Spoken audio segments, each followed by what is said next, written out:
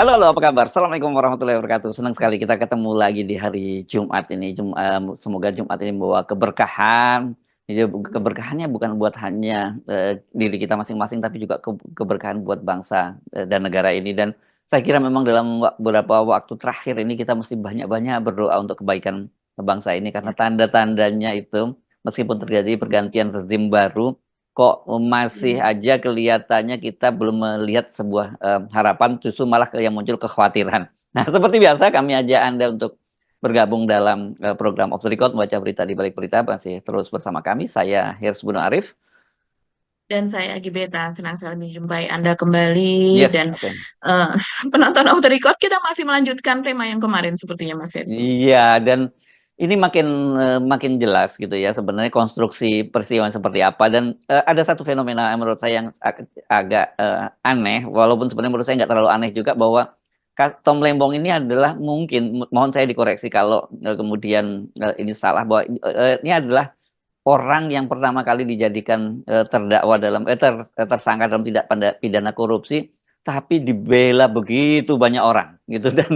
Dan rata-rata orang semua tidak percaya bahwa Tom Lembong itu yang melakukan korupsi, dan yang membela itu bukan hanya para artinya cuitan-cuitan di kalangan netizen, tapi banyak tokoh-tokoh yang sekarang ini membelanya. Dan yang juga lagi viral banget kan juga pembelaan dari mantan wakil menteri luar negeri ya, dan Mhm. juga duta besar Dino di Amerika Patijalal. ya, Dino Mhm. Patijalal, yang dia bahwa dia ini katanya mulai banyak musuh ketika dia mulai berani membongkar keburukan daripada mantan bosnya.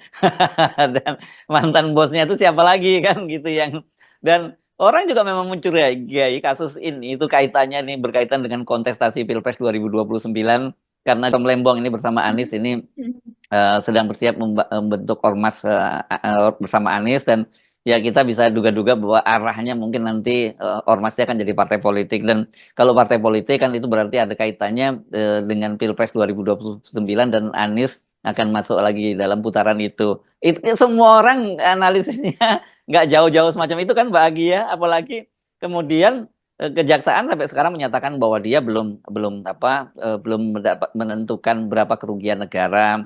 Terus dan ketika didesak, loh kalau belum ada kerugian negara kenapa kok bisa dijadikan tersangka dan kemudian sampai ditahan? Alasannya kan delik korupsi itu bukan hanya memperkaya diri sendiri, tapi adalah memperkaya juga, merugikan negara, keuangan negara, dan memperkaya orang lain. Nah, tapi kemudian saya baca juga pernyataan dari ICW, loh harus ada mens rea-nya dong gitu. Dan banyak orang khawatir Betul. kalau kebijakan yang di ini, karena kan memang jelas seperti dikatakan oleh Direktur Tindak Penyidikan Kejaksaan Agung Abdul Kohar, bahwa karena kebijakan dia mengizinkan impor gula mentah itu kemudian terjadi surplus Mhm. dan ada potensi kerugian negara. Nah, lagi-lagi di situ yang menarik, ada Mhm. potensi kerugian negara.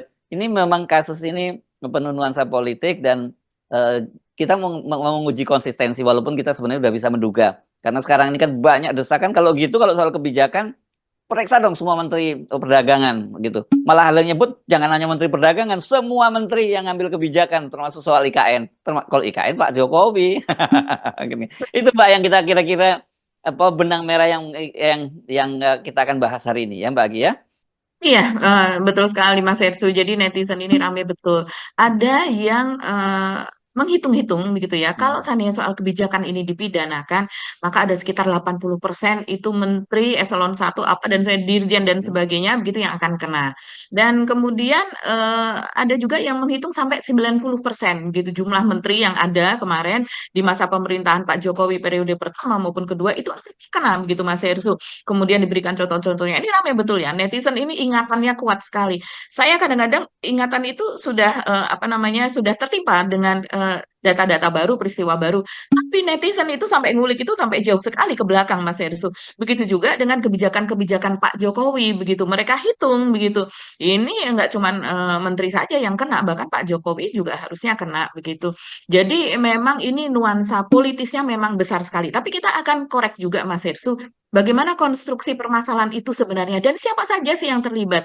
Ada dari berapa ya jumlah halamannya 145 kalau tidak salah LHP atau laporan hasil pemeriksaan dari BPK tersebut yang itu kan berupa PDF gitu. Saya pun kalau membacanya tulisannya kecil-kecil sekali begitu sehingga harus diperbesar begitu kan Mas Ersu. Dan harus membacanya mungkin di laptop seperti itu. Tapi kan itu datanya banyak sekali. Nah, mungkin nanti kita spill data-datanya begitu. Dan juga latar belakang kenapa Thomas Lembong ini sampai memberikan izin impor begitu pada tahun 2015 itu kepada satu perusahaan. Ini yang dipersoalkan.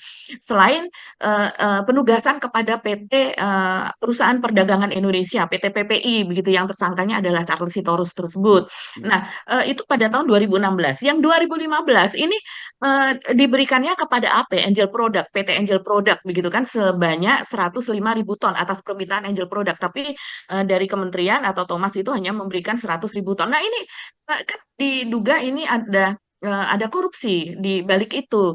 Jadi kemungkinan entah ada fee atau apa dan kemudian juga itu mengizinkan impor berupa gula kristal mentah padahal seharusnya kalau seandainya memang terjadi kedaruratan itu berupa gula kristal putih. Tapi kalau gula kristal putih berdasarkan peraturan itu kan hanya boleh diimpor oleh BUMN begitu. Nah, ini yang dipertanyakan kenapa harus gula kristal mentah gitu. Tapi ternyata Mas Hersu, ini sesudah Tom Lembong sudah tidak lagi menjadi Menteri Perdagangan karena dia kan hanya 11 bulan menjadi Menteri Perdagangan. Sesudah itu pada bulan Juli tahun 2016 dia akan diganti oleh Enggar Tias Lukita yang kemudian menjabat selama 3 tahun. Dan ternyata juga melakukan import yang sama jumlahnya setiap tahunnya kalau di rata-rata itu 5 juta ton juga sama dengan Tom Lembong yang 5 juta ton juga. Nah, ini artinya apa yang terjadi begitu dan ternyata penugasannya kepada PT AP juga karena sempat ada persidangan tentang impor gula ini yang kemudian diungkap itu Mas Hersu di pengadilan. Mungkin kita satu persatu nanti kita bisa ungkap itu yang di mana konstruksi dari semuanya di mana Kejaksaan Agung ini melakukan penyelidikan terhadap kasus impor gula ini kan mereka sendiri mengatakan dari sejak tahun 2015 sampai tahun 2023. Tapi kemudian fokusnya hanya kepada 2015 sampai 2016. Begitu. Ya, Ini ya, kan ya, sesuatu yang aneh, ya, apalagi ya. Kapus Penkum itu Harley Siregar pada hari pertama pada tanggal 30 Oktober dia mengatakan tidak ada Menteri Perdagangan lain yang diperiksa, hanya Tom Lembong.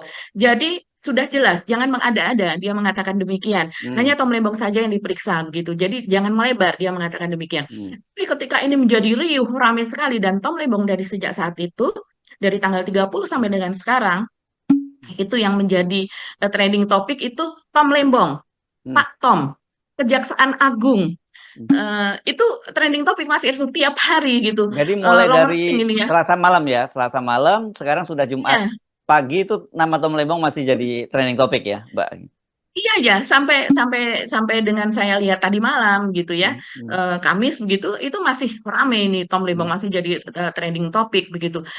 Walaupun ada nama Tom begitu juga kan Mas Hersu Ya, itu ya, ya. panggilan Tom and akrab Jerry begitu. kalau itu, Mbak. Ya. Betul. Dan ada juga yang bilang, wah ini Jerry-nya berkhianat nih, jadi Iya. Tom kemudian dia Nah, membawa bungkusan gitu ya. iya. Ya, Nah oke. ini Tapi gini, Mbak, apa? saya Mhm. sebelum dilanjutkan soal Tom Lembong ini, saya cuman perlu eh, mengingatkan apa yang diingatkan oleh para netizen kepada kita, oleh para viewer pada kita. Jangan sampai kasus Tom Lembong itu mengalihkan fokus perhatian kita terhadap Fufu Fafa yang sebentar lagi akan Betul. menjadi presiden. Itu mereka yang mengingatkan gitu. Mereka nyebutnya bukan Gibran. Ini saja langsung menyebutnya. Orang seperti Said Didu juga sekarang sudah tidak lagi menyebut nama Gibran, tapi langsung menyebut Fufu Fafa jadi presiden. Kan lucu, bikin malu aja kalau sampai ada di Indonesia namanya Presiden Fufu Fafa kan. Nah itu enggak, kami cuma ingatkan pada Anda bahwa enggak, ini kebetulan kita lagi bahas Tom Lembong, tapi betul, tetap Anda jaga dalam ingatan Anda itu ada persoalan besar bangsa ini yang itu dimulai dari keluarga dari Fufu Fafa. Itu yang mesti diingatkan dan ini sebenarnya kasus Tom Lembong itu juga Mhm. ada kok kaitannya ke situ gitu ya. Jadi memang Mhm. kan tadi kan Anda mengingatkan trending topik. Fufu Fafa hilang dong kalau ini trending topik terus gitu. Oke, lanjutkan Mbak Agi. Iya, memang itu diingatkan Mas Hersu dan selain soal supaya kita terus mengaktifkan gitu pembicaraan tentang FUFAFA, juga mereka mengingatkan kasus-kasus besar yang lain seperti kasus Zaruf Srikar gitu mantan Hmm. pejabat Ya, Mahkamah Agung itu kan harus ditelusuri uang-uang itu dari mana saja. Dan Hmm. netizen mengingatkan juga bahwa itu pasti ada nama-nama besar pejabat-pejabat begitu kan di situ yang harus dibongkar itu uang dari mana saja. Nah ini kan memang lumayan tenggelam dengan apa nama hingar-bingar dari peristiwa Tom Lembong ini Mas Hersu. Ini Tetap kan kita harus gede mengikuti loh yang lain juga. kasusnya. Zaro Frikar Hmm, itu uang dan persetujuan disita aja itu satu T. Dan betul, saya sih dengar betul, bisik-bisik sebenarnya jumlahnya lebih gede dari itu karena itu kan yang hmm, ketahuan belum disimpan lain di orang yang seperti ini biasanya punya bunker dan sebagainya. Itu baru betul. satu kelar kasus. Ya kan ini Markus ini Mhm, kan orang seperti Zaro Frikar tuh. mhm, Itu berapa mhm, triliun sebenarnya duit itu kalau duit yang katakanlah itu duit dia bukan duit kalau kemarin seperti kasusnya disebutkan kan bahwa untuk kasus Richard Tanur itu dia dapat fee 1 miliar dan disiapkan mhm, untuk ke jaksa ke hakim apa jaksa agungnya bukan jaksa agung apa mhm. hakim agung itu 5 miliar. Iya, Berarti ada kelipatan mhm, setidaknya yang uang beredar uang suap beredar di sekitarnya Jarod Richard itu bisa 5 T bayangkan itu satu Markus padahal kita tahu beberapa waktu sebelumnya 2 kali setidaknya ada sekretaris Mahkamah Agung yang juga terkena kasus itu mhm, Nur Hadi dan Hasan Hasbi mhm, kan itu dua-duanya juga mhm, sudah di persidangan jadi memang hancur mhm, ini jadi ini kita sementara kasus Tom Lembong ini katanya ada kerugian negara 400 miliar setelah kita baca-baca bukan kerugian negara itu potensial loss yang harusnya itu jadi keuntungan dari BUMN andai kata BUMN yang itu mengimpor gitu kan sekarang keuntungannya itu dinikmati oleh swasta. Sebenarnya kan itu ya Mbak Agi ya. Jadi nggak ada apa-apanya ini kasus ini mestinya kalau katakanlah misalnya Tom Lembong memang ada kasus korupsinya, jangan dia yang jadi fokus gitu loh. Yang lain mhm. yang gede-gede itu juga harus dihajar. Itu kalau serius. Tapi kan kita tahu selama ini bahwa Kejaksaan Agung menyatakan bahwa enggak jangan dipolitisasi, enggak ada politisasi di sini.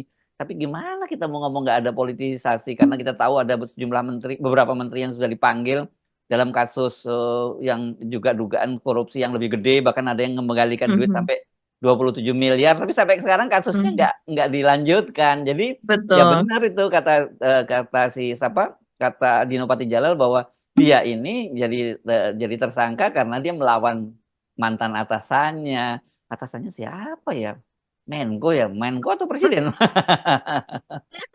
Winter is Iya, coming yang ya jelas ini sekarang ini Winter is coming, Game of Thrones iya begitu juga iya soal Thanos ya ketika iya itu iya yang menjadi rame begitu. iya iya Jadi iya rupanya apa yang dilakukan Tom Lembong kemarin itu nyesek banget sih Mas Helsu pada saat Hmm. Pilpres yang buka-bukaan. Kan memang sempat itu Pak Luhut juga gitu menegur kan, ya jangan gitulah gitu.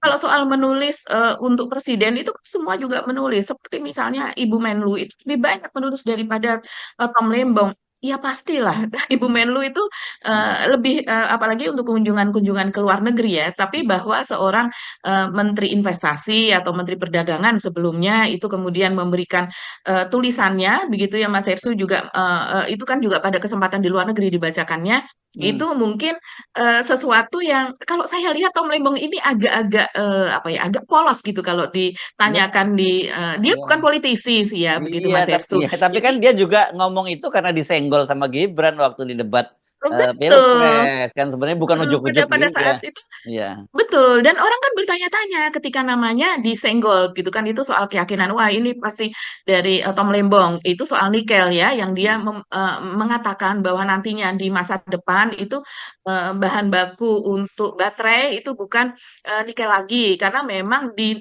Cina itu sudah beralih begitu kan Mas Hersu dan kenyataannya memang iya ternyata bahkan diakui oleh Pak Luhut bahwa sekarang kecenderungannya tidak memakai nikel lagi begitu kan ada kobalt, ada apa begitulah. Saya lupa ketika itu kita pernah mengkontenkan itu.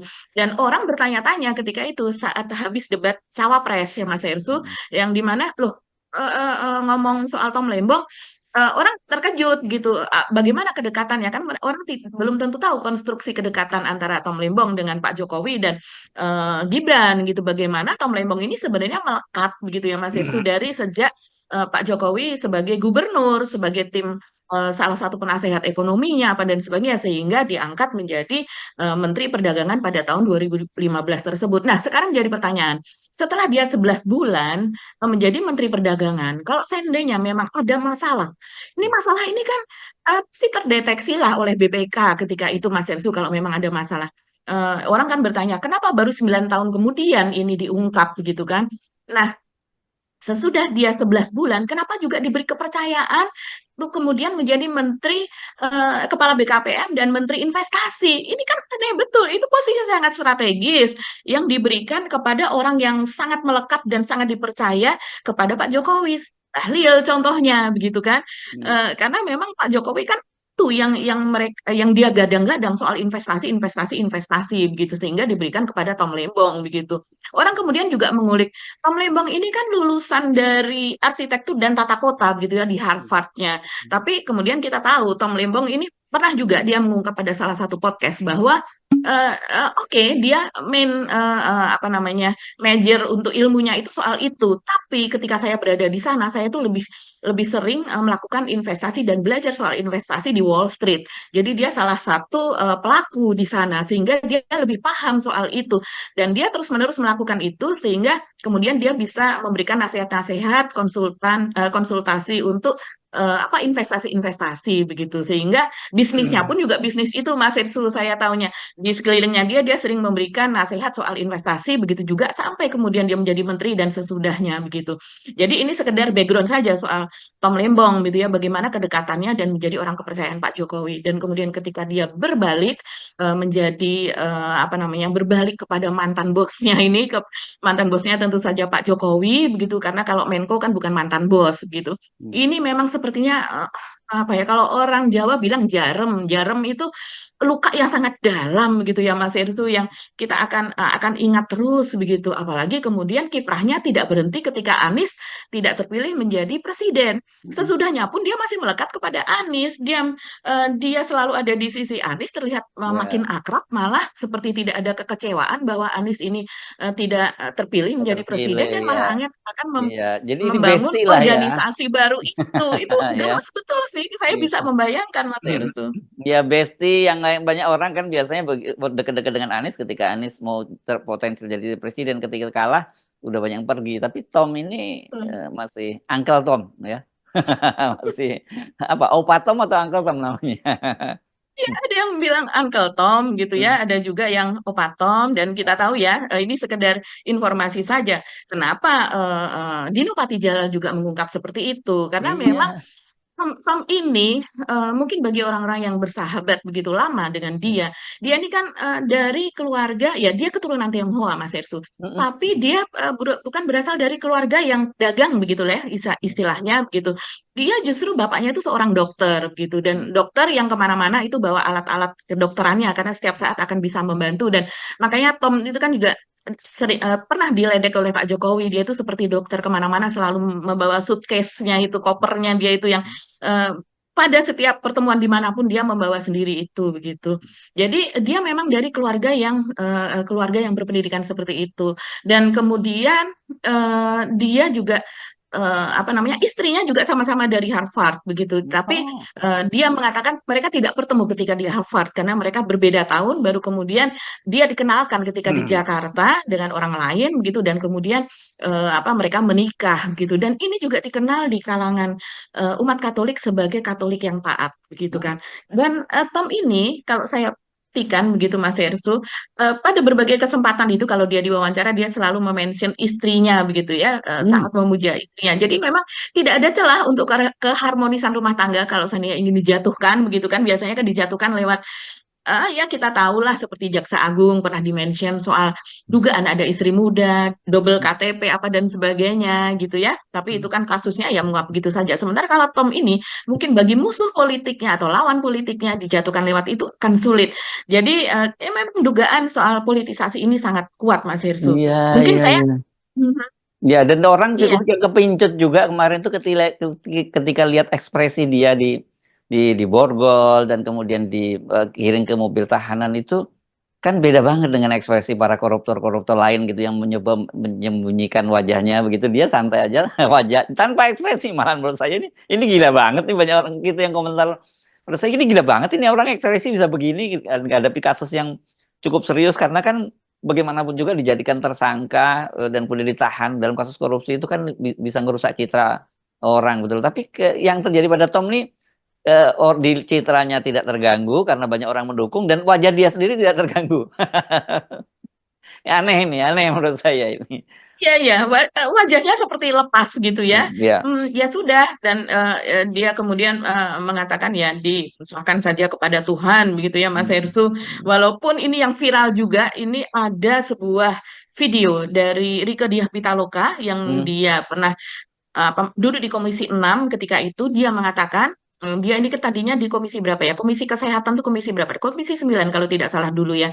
Dan kemudian dia dipindahkan ke Komisi 6 pada tahun 2015 di mana Tom ini juga menjabat pada saat itu baru saja menjabat menjadi Mendak dan kemudian dia mengatakan pernah mengingatkan soal impor gula ini.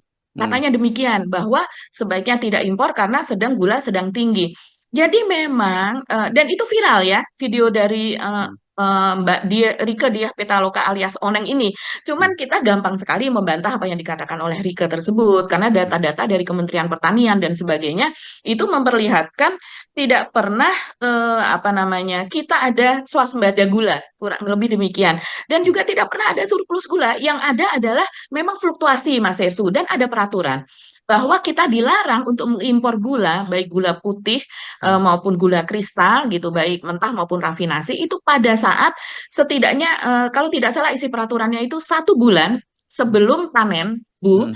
dan Hmm. 2 bulan sesudah giling begitu. Ya. Jadi pada saat itu tebu rakyat atau gula rakyat itu sedang berproduksi melimpah dan harus segera diserap oleh pasar sehingga tidak boleh dilakukan apa namanya impor pada saat itu. Sementara kalau kita melihat tinggal ini timeline ya, rapat koordinasi pada rapat koordinasi pada tahun 2015 itu terjadi pada tanggal 12 Mei 2015 kalau mudah-mudahan tidak salah tanggalnya. 12 Mei 2015 yang menghasilkan bahwa tidak diperlukan impor gula karena sedang surplus, artinya sedang melimpah, yaitu karena sedang panen itu tadi begitu kan. Tapi impor yang dilakukan oleh Tom Lembong itu dilakukan karena memang ada permintaan begitu Mas Eri itu dan itu bukan dilakukan pada bulan Mei atau bulan Juni sementara dia saja baru menjadi menteri pada bulan Agustus yang artinya dilakukan berikutnya sudah dia jadi menteri atau lebih dari 2 bulan sejak ketetapan rapat koordinasi tersebut Hmm. atau beberapa bulan sesudah ada panen begitu panen bu rakyat tersebut karena kenyataannya memang di lapangan itu operasi pasar terus diperlukan gula untuk operasi pasar terus karena harga pada tahun 2015 sempat di atas 14.000, Ya. 2016 itu di atas 16.000 seperti data yang kita apa berikan kemarin. Begitu kenyataannya sih Mas Hersu. Ya. Oke, mari kita detail masuk ke Ya, apa ya, ke konstruksi ke data peristiwanya ya. ya. Ya, konstruksi peristiwa Betul. seperti apa karena kan yang seperti saya sebutkan di awal tadi itu Mhm. alasannya dari kejaksaan bahwa ya negara dirugikan dan merugikan itu bukan berarti walaupun mereka belum menemukan aliran uang ke Tom Lembong, tapi tetap itu bukan berarti dia tidak bisa dijerat korupsi karena definisinya korupsi itu kan merugikan keuangan negara dan menguntungkan orang lain, menguntungkan diri sendiri dan orang lain. Itu kan seperti itu ya, Mbak. Jadi ya tetap saja akan kena karena ada perusahaan swasta yang diuntungkan 400 miliar tadi. Oke, mari kita masuk ke situ dan Mhm. bagaimana asbabun nuzulnya sehingga peristiwa itu bisa muncul gitu.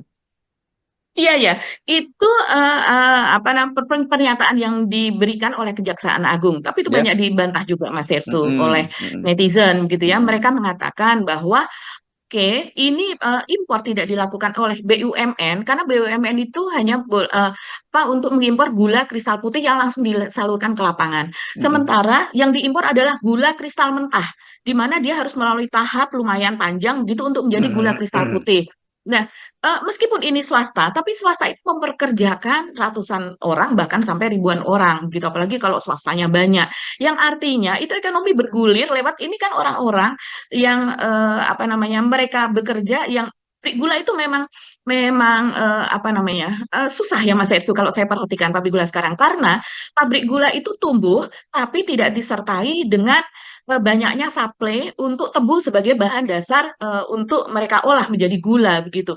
Nah, perkebunan tebu sendiri sekarang itu banyak menjadi perumahan, banyak menjadi infrastruktur yang lain, yang gedung-gedung apa dan sebagainya, dan tidak diganti dengan adanya lahan lain untuk ditanami. Jadi mereka terus mencari begitu dan sementara kalau seandainya tidak dipenuhi untuk operasi pasar itu memang harga akan terus melonjak tinggi begitu. Jadi walaupun yang melakukan ini swasta, bukan berarti saya membela swasta ya, tapi memang kenyataannya demikian. Kalau seandainya tidak ada bahan, itu pabrik nganggur Mas Irsu. Karena memang mereka utamanya adalah pengolah tebu. Salah satunya ada pabrik yang dari sejak zaman Orde Baru dulu. Kenapa itu tumbuh? Karena ketika itu panen tebu itu masih lumayan banyak. Nah, sementara sekarang sudah sangat berkurang sekali karena kebijakan pemerintah juga begitu Mas Irsu.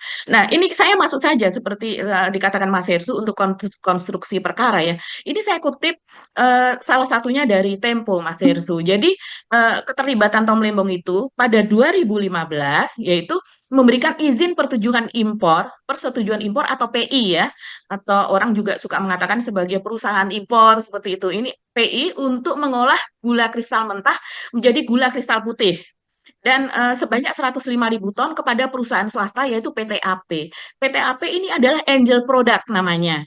Ini berlokasi di Serang kalau tidak salah, di Banten atau di Serang begitu ya. Dugaan keterlibatan Tom, ini versi Kejaksaan Agung, itu adalah seperti ini.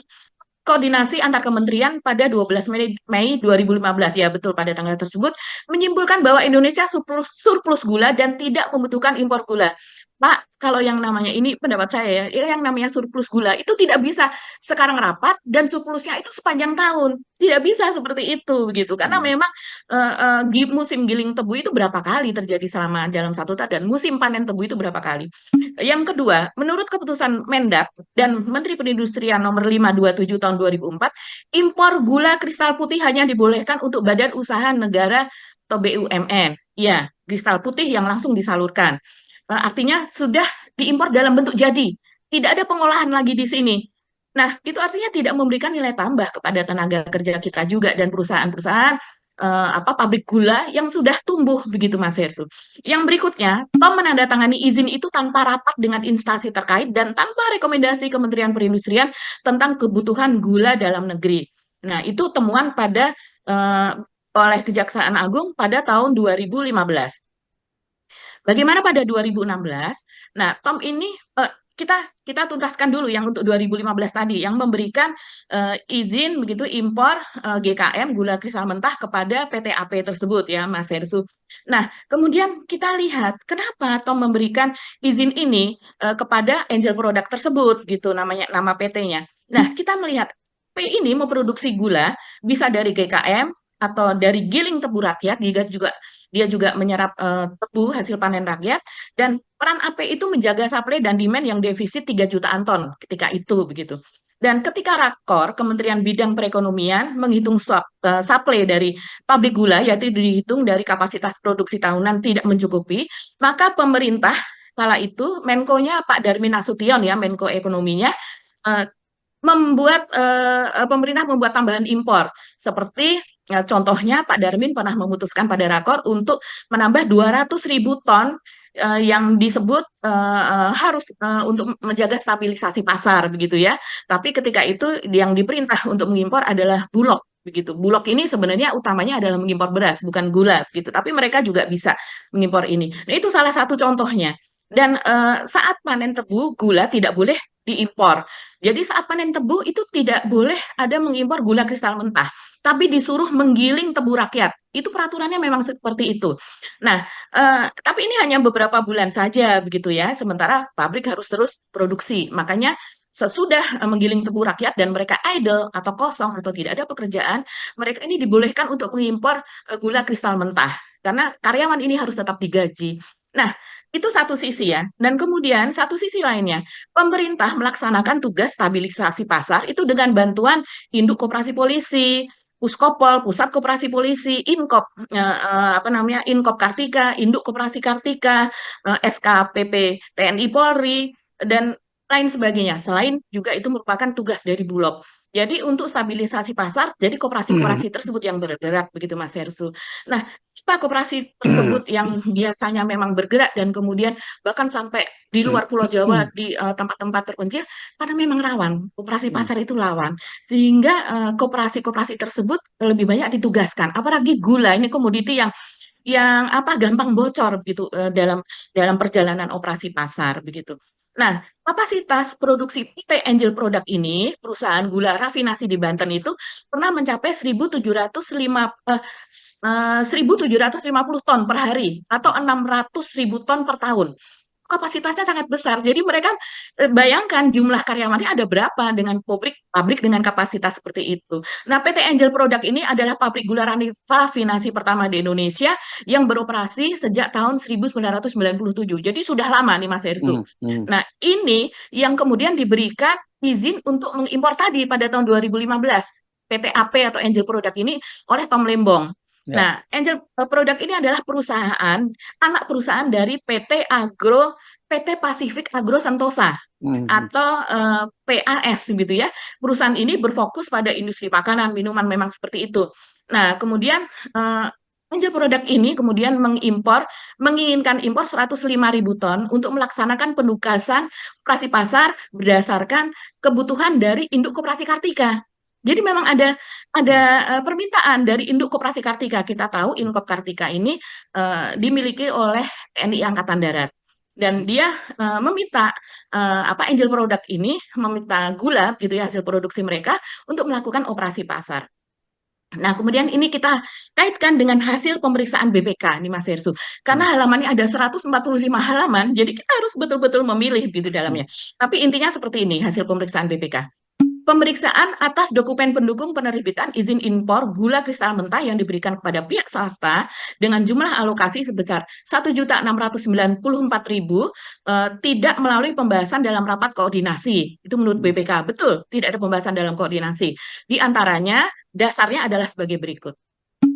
Satu, penerbitan izin impor gula kristal mentah tahun 2015 yang terkait dengan Inkop Kartika, Kemendak pada tahun 2015 menerbitkan PI, tadi persetujuan impor itu ya nomor sekian-sekian, tanggal 12 Oktober 2015.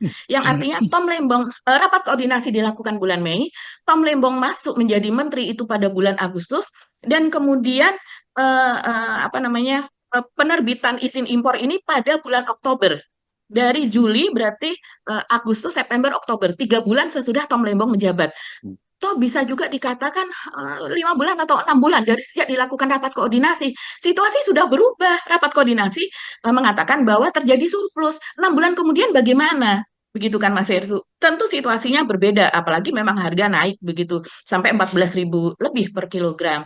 Nah, Oktober 2015 kepada PT Angel Product untuk impor GKM sebanyak 105.000 ton. Berdasarkan pemeriksaan, diketahui bahwa dasar pemberian izin impor tersebut adalah berdasarkan surat Ketua Umum Induk Koperasi Inkop Kartika nomor sekian-sekian tahun 2015 tanggal 18 September 2015 perihal kompensasi atas produk gula.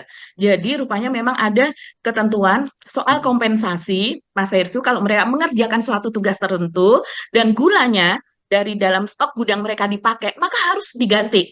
Kurang lebih demikian. Jadi kompensasi atas produk gula konsumsi yang menyatakan bahwa Inkop Kartika telah menjalankan penugasan Kemendak untuk operasi gula konsumsi yang mengalami gejolak harga dan hambatan distribusi di wilayah luar Pulau Jawa. Jadi Inkop Kartika sudah melakukan itu tadi, distribusi atau operasi pasar di wilayah luar Pulau Jawa. Ketua Umum Inkop Kartika meminta agar PT Angel Product dapat diberikan izin impor GKM atau gula kristal mentah sebanyak 105.000 ton sebagai pengganti dari GKM atau gula kristal mentah yang telah digunakan dalam operasi pasar oleh Inkop Kartika. Namun izin impor yang diterbitkan oleh Kemendak adalah sebanyak 100.000 ton. Jadi paham ya, ini Tom memberikan izin kepada Angel Product karena ada permintaan dari Ketua Umum Induk Koperasi Kartika yang berada di bawah TNI Angkatan Darat tersebut. Hmm, Kenapa? Karena gulanya Inkop Kartika itu sudah dipakai untuk operasi pasar di luar Pulau Jawa berdasarkan penugasan dari Kemendak juga. Jadi mereka hmm, minta kompensasi begitu. hmm, Nah, hmm, sehingga mereka mengirimkan surat kepada Menteri Perdagangan di mana Menteri Perdagangannya adalah Tom Lembong. hmm. Nah, begitu. Jadi memang ada dasarnya kalau saya lihat. Dan Ya. kemudian sekarang Mas Erso, kita melihat sangat ramai ya memang di media sosial soal angel product ini gitu ya. karena Angel Product ini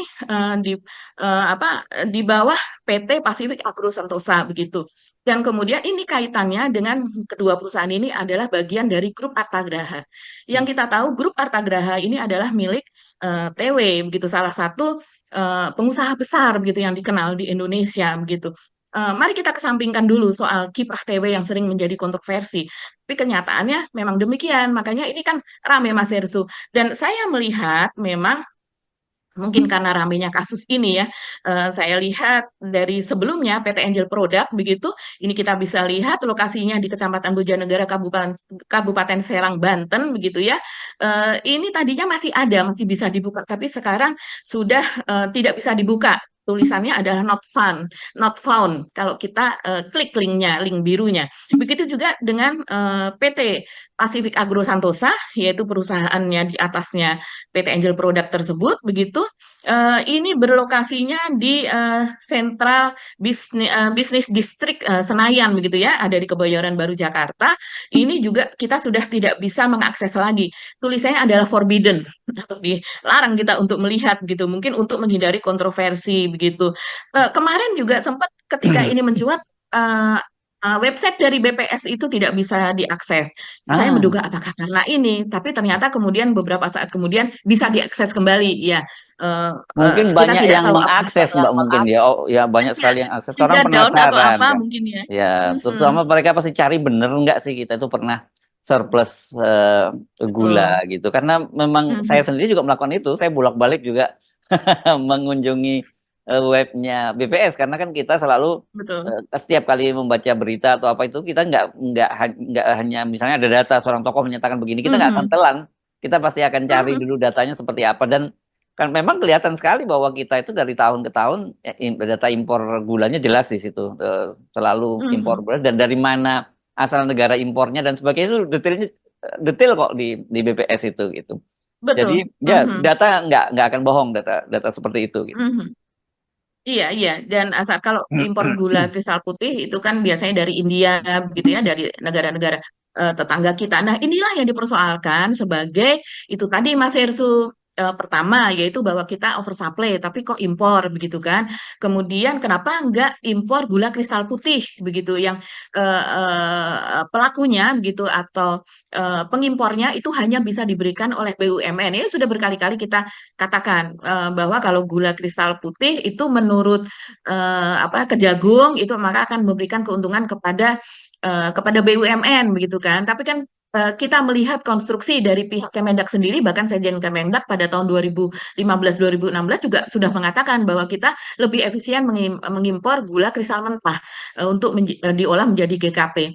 Nah, apa namanya, memberikan pekerjaan lah kepada perusahaan swasta dan juga karyawannya yang ada di sini begitu Mas Hersu. Jadi memang ada alasannya dan gula kristal mentah ini tidak menyalahi sebetulnya kalau diimpor karena memang boleh diimpor oleh swasta begitu. Nah, hanya kemudian Kejagung menilai bahwa dengan penunjukan kepada swasta ini, maka keuntungan yang seharusnya diterima oleh BUMN itu tidak ada gitu. Keuntungan kemudian beralih ke pihak swasta yang ini kemudian dihitung sebagai potensial loss. Nah, seharusnya juga dihitung ini menghidupkan berapa ribu keluarga begitu juga. Ini bagaimana ekonomi itu bergerak dan peristiwa di baliknya bahwa ada permintaan dari Inkop Kartika. Nah, pertanyaannya adalah ini sebagai sebuah suatu lingkaran besar begitu konstruksi masalah dalam hal ini. Apakah dari PT AP nanti juga akan diperiksa? Kita belum tahu. Dari 90 orang saksi ini diperiksa, apakah dari PT Angel Product tersebut?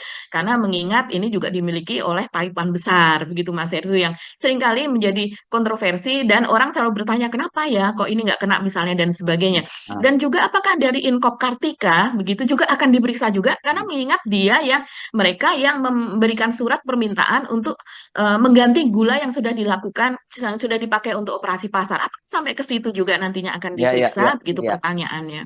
Dan yang menarik juga adalah pernyataan dari Kapus Penkum Kejaksaan Agung Mhm, Harli Siregar bahwa kapan sih kasus ini mulai diperiksa itu kan katanya sejak tahun lalu tahun 2023 dan sudah diperiksa mhm, dan sudah diperiksa 3 kali dan orang kemudian mengkait-kaitan betul, oh, loh ini berarti menjelang Pilpres dong waktu itu kan gitu. Nah, orang ke betul. situ juga dan pertanyaan kemudian dari mana sumbernya itu ada dari laporan masyarakat. kok berapa banyak tuh laporan masyarakat yang diproses semacam itu gitu, dan kan banyak sekali laporan-laporan yang melibatkan tokoh-tokoh besar yang kemudian nggak diproses oleh oleh kejaksaan maupun KPK bahkan, dan juga oleh penegak hukum Mhm. gitu. Ya makanya kemudian saya kira apa yang ditulis oleh Dino Patijalal bahwa ini Tom ini banyak musuhnya dan dia itu sekarang banyak musuh karena dia membongkar ini kelakuan buruk dari bos, mantan bosnya, ya orang kemudian jadi paham gitu ya. Iya, Mas Hersu. Itu ramai Mas Hersu itu di netizen mereka mengatakan berdasarkan laporan masyarakat gitu kan kata Pak Hmm. Harli Siregar. Mereka menanyakan masyarakat yang mana nih harus disebutkan nih Mm-mm. Ya, masyarakatnya siapa masyarakat bawah gitu. tanah, masyarakat atas tanah, masyarakat daerah. Ini. Aduh, aduh. Jadi kita lanjutkan lagi untuk konstruksi masalah pada tahun 2016 ya. Temuan untuk 2016 ini menurut versi Kejaksaan Agung. Jadi Tom itu menandatangani surat penugasan pada PT Perusahaan Perdagangan Indonesia atau PPI. Ini adalah BUMN, di mana tersangkanya ada Charles Sitorus itu sebagai direktur pengembangan bisnis lah begitu ya Mm-mm. pada saat itu. Nah ini menandatangani apa surat penugasan impor untuk memenuhi keperluan stok gula nasional dan stabilisasi harga melalui kerjasama dengan produsen gula dalam negeri untuk impor dan mengolah gula kristal mentah. Lagi-lagi gula kristal mentah ya, Mm. menjadi gula kristal putih sebanyak 300.000 ton. Nah, ini berdasarkan data dari Kejaksaan Agung. Nah, atas pengetahuan Tom, persetujuan impor gula kristal mentah ditandatangani untuk 9 perusahaan swasta yang ditemui oleh Charles Sitorus, yaitu Direktur Pengembangan Bisnis. Jadi, menurut klaim dari Kejaksaan, itu Tom mengetahui ketika Charles Sitorus itu melakukan penandatanganan dengan pihak swasta. Jadi, Tom memberikan penugasan untuk impor, begitu, tapi impornya gula kristal mentah. Dan kemudian PPI ini sendiri seharusnya dia bisa mengimpor gula kristal putih karena dia BUMN, tapi memilih untuk memberikan penugasan kepada pihak swasta untuk mengimpor gula kristal mentah, baru kemudian nanti diolah menjadi gula kristal putih, Ya. begitu. Dan di dalamnya itu ada juga angel product, salah satunya itu, Mas Hersu. Mm. Karena memang pabrik gula yang menjadi rekanan sepertinya sudah tetap ya, Mm. itu-itu saja Itu saja, perusahaannya. nggak banyak kan yang punya pabrik seperti itu ya. Betul, betul. Dan dugaan kesalahan Tom versi Kejaksaan Agung adalah dalam rangka pemenuhan keperluan stok negara dan stabilisasi harga seharusnya yang diimpor oleh Tom adalah gula kristal putih secara langsung. Mm. Jadi justru menurut Kejaksaan Agung harusnya diimpor barang jadi, bukan barang setengah Mm-mm. jadi yang kemudian diolah oleh Mm. negara kita, oleh pabrik gula. Bukan, tapi seharusnya gula kristal putih yang kemudian langsung dipasarkan. Seharusnya itu nanti akan ada split harga yang keuntungan yang akan diambil oleh BUMN. Jadi keuntungannya ada pada BUMN, menurut mereka demikian. Nah, menurut keputusan Menteri Perdagangan dan Menteri Perindustrian nomor 527 tahun 2004, impor gula kristal putih hanya diperbolehkan untuk BUMN. Dalam kasus ini hanya PT PPI yang diperbolehkan impor gula tersebut, bukan perusahaan swasta. Lagi-lagi itu ya. Dan yang berikutnya, persetujuan impor kembali diterbitkan tanpa rekomendasi Kementerian Perindustrian dan tanpa rapat koordinasi dengan instansi terkait. Jadi apa masalah kesalahan Tom itu seperti itu. Dan kemudian juga ada dugaan aliran dana ke PPI, bukan ke Menteri Perdagangan, bukan kepada Tom. Ini disebutkan PT PPI seolah-olah membeli gula setelah perusahaan swasta mengimpor dan mengolah gula tersebut. Padahal perusahaan gula swasta menjual produknya ke pasar di atas harga eceran tertinggi Ya. yang 13.000 per kilogram dan sebagainya, begitu ya Mas Hersu. Nah, Mm. ini yang kemudian mereka konstruksi menjadi Ya. korupsi, begitu kan? Oke. Yang seharusnya potensi keuntungan ada di BUMN, kemudian keuntungan ada di swasta, yang jika dihitung-hitung sebesar 400 miliar. Nah, sekarang ini Mas Hersu sudah ada Tom sendiri sudah menunjuk Ari Yusuf Amir, yang kita tahu dulu juga menjadi tim Oh ya, hukum ya Mas ya Hersu. ketua tim hukumnya untuk Timnas Amin ini ya. Ya, Ari Yusuf Amir ya. Ya. Ari Yusuf Amir, ya, dia menjadi ketua tim hukumnya. Nah, ini kemudian dia menjelaskan dan dia menjamin bahwa tidak ada sama sekali fee atau aliran sebagai tanda terima kasih atau apa begitu pada Tom Lembong. Ini tantangan ya Mas Irsu tentunya Hmm. yang harus di apa namanya tantangan kepada Kejaksaan Agung harus membuktikan untuk Yes. korupsi tersebut begitu. Hmm. Hmm. Ya, ini menarik ya, Mbak Agi. Jadi Mhm. kasusnya itu seperti saya sebut tadi itu, ini satu fenomena yang unik sekarang ini. Bahwa ada seorang yang ditetapkan jadi polisi. Biasanya ini netizen, lalu mantan pejabat, kemudian dia ditetapkan jadi tersangka korupsi itu langsung dibully habis, dicaci maki Rame. habis gitu. Kalau yang ini Betul. trading sebaliknya enggak, banyak sekali dukung. Dibela. Tetapi satu juga yang mesti kita cermati, banyak juga kemudian yang kita kenal sebagai buzzer yang udah mulai bekerja. Hmm. Jadi kita sudah mengidentifikasi, kelihatannya buzzer ini sudah nggak kering lagi, ini sudah diaktifasi gitu. Mungkin kayak kodok itu musim hujan gitu, jadi dia udah airnya melimpah lagi dan dia bisa berceloteh lagi gitu. Kalau kalau kodok itu Nyanyi apa? gitu ya. Ya Hmm. kodok itu apa sih, Kungkong berkotek? kungkong gitu ya. Ah, ya, itu apa istilahnya ya? Bukan berkotek ya kalau kodok itu apa ya? Pokoknya udah berbunyi. Ya rame banget kan juga yang apa, buzzer yang bekerja untuk itu gitu. Jadi Hmm. Hmm. saya kira, tapi kita udah tahu lah kemana ujungnya, karena tentu saja kan sekarang ini tuntutan, misalnya sebelumnya kan dituntut bahwa kalau gitu menteri-menteri yang lain akan diperiksa. Kejaksaan Agung menyatakan mereka tidak akan memeriksa. Tapi belakangan Kejaksaan Agung menyatakan kalau ada laporan masyarakat, tolong disampaikan pada kami dan mereka juga akan tindak lanjuti. Yang benar kan gitu. Ya, Oke. betul betul Mas Hersu. Itulah yang terjadi kemudian ketika Kapus Penkum itu mengatakan soal tidak akan ada menteri lain yang Hmm. diperiksa. Hmm. Loh, kok Kok awal-awal sudah langsung mengatakan demikian begitu kan? kalau ada Ini kan laporan dari jelas-jelas. masyarakat bagaimana? Ayo. Iya, kalau laporan dari masyarakat gimana? Katanya Tom ini Hmm. kan hasil laporan dari masyarakat. Hmm. Padahal penyelidikan dilakukan itu untuk periode 2015 sampai 2023. Ini itu Hmm. menterinya banyak, sudah Hmm. berganti-ganti begitu kan. Hmm. Apalagi importasi tertinggi yang Ya, terakhir dilakukan oleh Zulhas, di mana selama 2 tahun itu udah ada 18 juta ton. ya, Ini ya, tinggi sekali loh. Kalau ya, kita ya. lihat apa namanya fluktuasi harga gula itu seperti apa begitu? Apakah Iya. semuanya dan kita tahu kapan apa Hmm. periode surplus, kapan Ya. kapan minus kan seperti itu Mas Oke. Irsu. Yes. Oke, Mbak Agi. Nanti mungkin kita akan lanjutkan, karena kemarin Mbak Agi kan bilang ini nggak bisa cukup sehari ini Mbak ngomongnya. Dan kasusnya masih berlanjut, dan ternyata Mbak Agi nggak sendirian. Seperti yang Mbak Agi sebutkan kan, sampai hari ini juga Tom Lembong itu masih jadi trending topic. Jadi masih akan jadi fokus perhatian publik.